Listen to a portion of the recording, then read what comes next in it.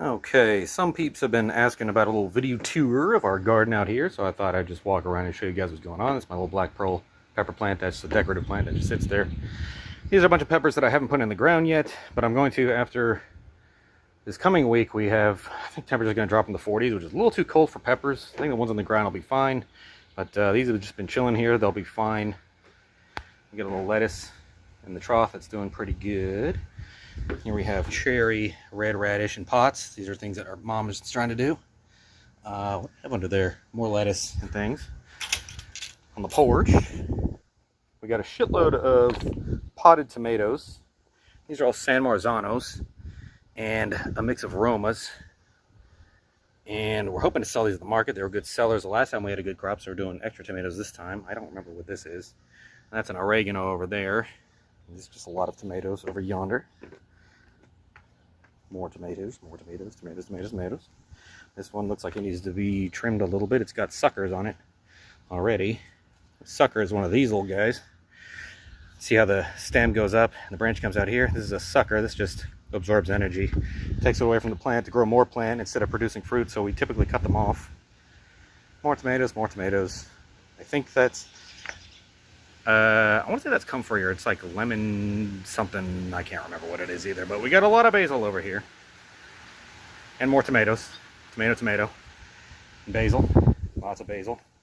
And lots of basil. Those are good sellers. Rosemary. It's a pretty good rosemary plant. And we have a couple new rosemary because some of ours keep dying. So we try our best to keep them alive, but sometimes stuff just dies. Got a few berry plants here.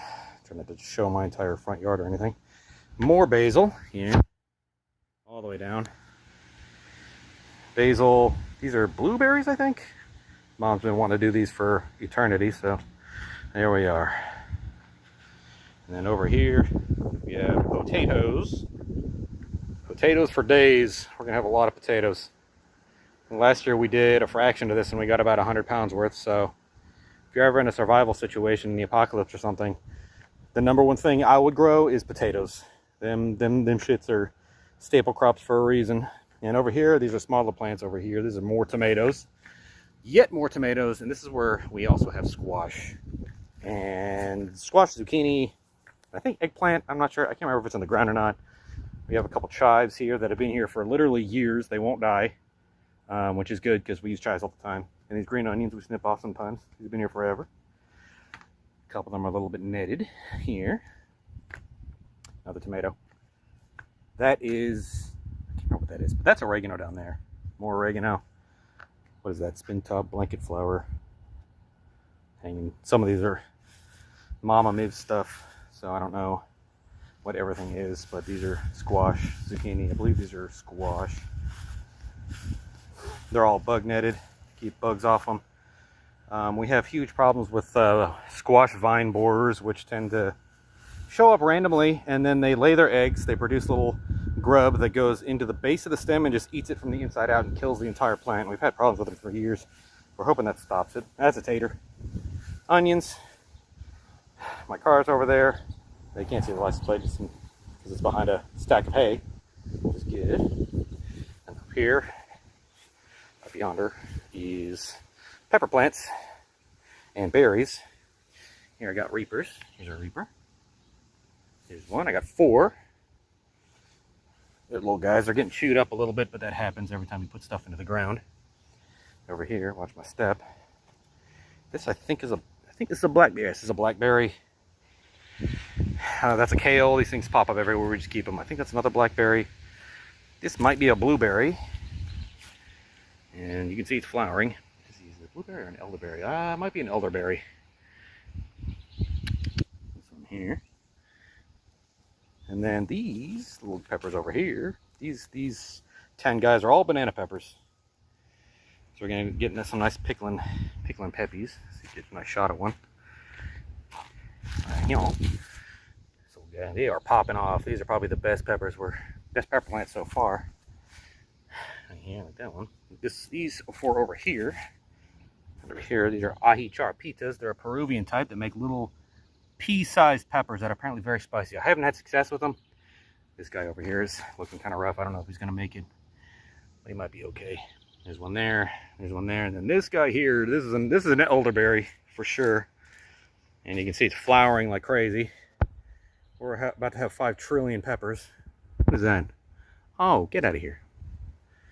They're bumping uglies on my fruits. Yep, look at that. It's a tall boy. And over here, right over to the left, got more peppers. We got jalapenos here, here. Cayennes are all of these, and poblanos are, get this out of the way. Poblanos over yonder. Got a little sign here. Walkways. See them here. Finger in the way. That's a Swiss chard that kind of popped up out of nowhere, but we're keeping it. Swiss chard is good. It's very bitter. Our cayennes, which are getting chewed up, which is very concerning. Some of them aren't. Like this cayenne over here is fine. But I've been hitting them with 7 powder to try to keep bugs away from them. But it's been raining so much, I have to keep reapplying it. And sometimes it doesn't really feel like it's doing much, but whatever. It's the shit you have to deal with as a gardener. Mad Hatter pepper. This is a unique one that I was curious about. I just ordered a bunch of random seeds back in like last November or something. So there's those in this little fenced area. And get in there. All right. And then more peppers here. More peppers. So we got these 7 or these 6. You can see 2 there, 2 here, and then 2 in front. These are the 7-pot Katies. That's yet more basil. And over here, these are, let's see, which are these? These are the Kashmiris. Indian, very spicy Indian variety that's used to make stuff like chicken vindaloo. I'm curious about these. I have one of them that kind of, there's one over here that disappeared. I guess something got to it maybe.